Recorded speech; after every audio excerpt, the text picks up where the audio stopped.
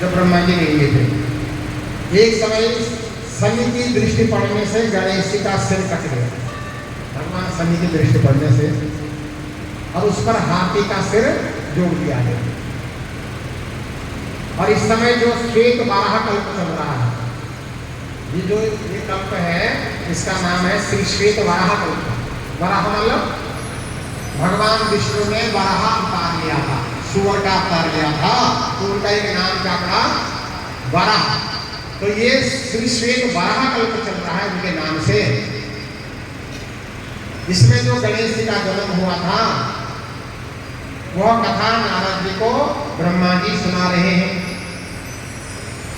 एक समय की बात है, हे नारद जी कैलाश में बैठे हुए हैं, माँ पार्वती जी की सखियों के साथ में बैठी, जया विजया आदि आदि सखियां हैं।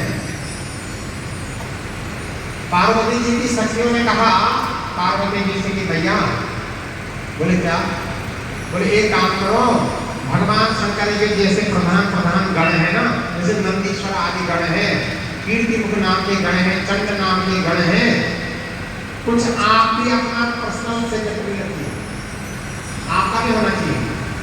माँ भगवती पार्वती हंसी, अरे देवी क्या बोल रही हो, जो शंकर जी के गण है वो मेरे गण। बोल नहीं माता, एक अपना पर्सनल तो होना ही चाहिए, निजी सचिव होना चाहिए, अपनी जी आपका गण होना चाहिए जो आपकी बात माने। लेकिन पार्वती जी नहीं मानी, बोले क्या बात कर रहे हो, जो शंकर जी के गण है मेरे तो गण है। बोले नहीं, अब क्या लीला हुई एक दिन, माँ भगवती पार्वती जी स्नान कर रही थी कैलाश में। देखो वहां हर समय जो है देवताओं का आना जाना लगा रहता है। पार्वती जी ढंग से कभी स्नान में नहीं कर पाती, ढंग से महाराज अपना श्रृंगार भी नहीं कर पाते। चलिए कोई ना कोई आता है, उनको चाय पानी आदि सेवा करनी पड़ती होगी। सारे देवी देवता आते हैं, ऋषि मुनि आते हैं, उनके तो दानव भी है, मानव भी है और देवता भी है, तीनों भक्त हैं। माँ भगवती पार्वती ने नंदीश्वर से कहा, हे नंदीश्वर मैं स्नान कर रही हूँ, आप द्वार पर खड़े रहना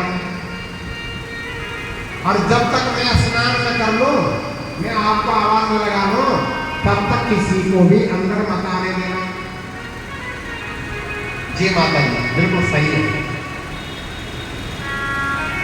अब नंदीश्वर जी द्वार पर खड़े हो गए, जो भी आ रहा है उनको रोक रहे हैं। लेकिन क्यों ही भगवान भूत भावन भोलेनाथ जी आए, अपने कमरे में प्रवेश कर रहे थे। नंदी जी ने कहा महाराज रुक जाइए। अरे क्या बात हो गई नंदी जी, बोले अभी आप अंदर मत जाइए, आप रुक जाइए।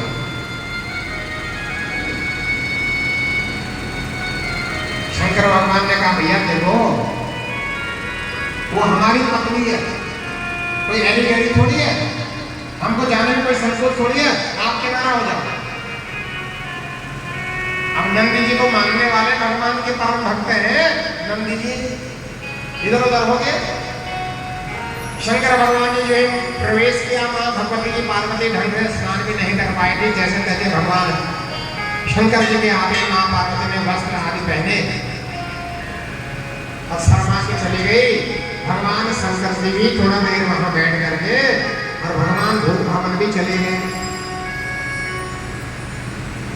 आज पार्वती जी को लगा कि जया विजया तुम बिल्कुल ठीक कह रही थी कि अपना पर्सनल कोई सेक्रेटरी होना चाहिए, अपना गण होना चाहिए। तो देखो आज मैं भी भूत भवन भोलेनाथ को बताऊंगी कि मैं क्या चीज हूँ, मैं भी शक्ति हूँ। तुम भूत भवन भोलेनाथ में तुम्हारी शक्ति हो। और जो उपकरण लगाया हुआ था ना, सखियां जो उपकरण लगा रही थी, जो अंगराग लगा रही थी, जो केसर लगा रही थी, माँ भगवती पार्वती ने उस उपकरण को निकाल करके, केसरी चंदन को निकाल करके एक सुंदर मनुष्य आकार का एक दिव्य पुरुष बना दिया हमारा। और उसका नाम गणेश रख दिया। बोले गणपति गणेश भगवान की। सारी ताकत दे दी, अपनी पावर दे दी, अपनी शक्ति दे दी और कहा बेटा तुमको एक ड्यूटी है, तुम्हारी एक सेवा है। बोले क्या? अरे एक डंडा दे दिया हाथ में, केवल एक डंडा। बोले आपको दरवाजे पर रहना खड़ा और कोई भी अंदर नहीं आने देना। ठीक है माँ। अब गणपति जी गेट पर खड़े हो गए।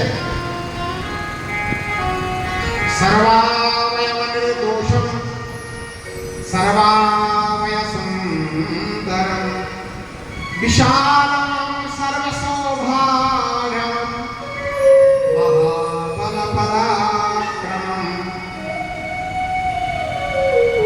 मां भगवती पार्वती जी ने धूप सजाया, गणेश जी को धोती पहनाई है, सुंदर वस्त्र अलंकारों से अलंकृत किया और गणेश जी ने चरणों में प्रणाम किया। बोले मां मेरे को क्या आज्ञा है कोई पुत्र, तुम मेरी आज्ञा के बिना किसी को आज से अंदर नहीं आने दोगे। मत पुत्रस्तम मदीयोऽसि नान्यः कस्यदासि नानालंकरणं चैव बहुवासि समनोत्तमा। हथियार के रूप में हाथ में एक लाठी ले ली और गणेश जी गेट पे खड़े हैं। ये भी भगवान शंकर जी एक लीला है, भगवान शिव की महिमा है, उनकी प्राण वल्लभा की महिमा भी कोई कम नहीं है। जब वे उपकरण से आदमी बना सकती है तो बोले क्या कमी। भगवान शंकर जी की जब गण आ रहे थे, नंदी श्रृंगी भृंगी कैलाश में प्रवेश कर रहे थे, गणेश जी ने सबको भगा दिया, भाई यहाँ से भाग जाइए। अरे सबने कहा तो कौन है भैया? बोले मैं माँ पार्वती जी का बेटा हूँ। वो युद्ध करने लगे गणेश जी के साथ में, एक डंडी से लाठी से गणपति जी ने सबका पराभव कर दिया, सबको भगा दिया।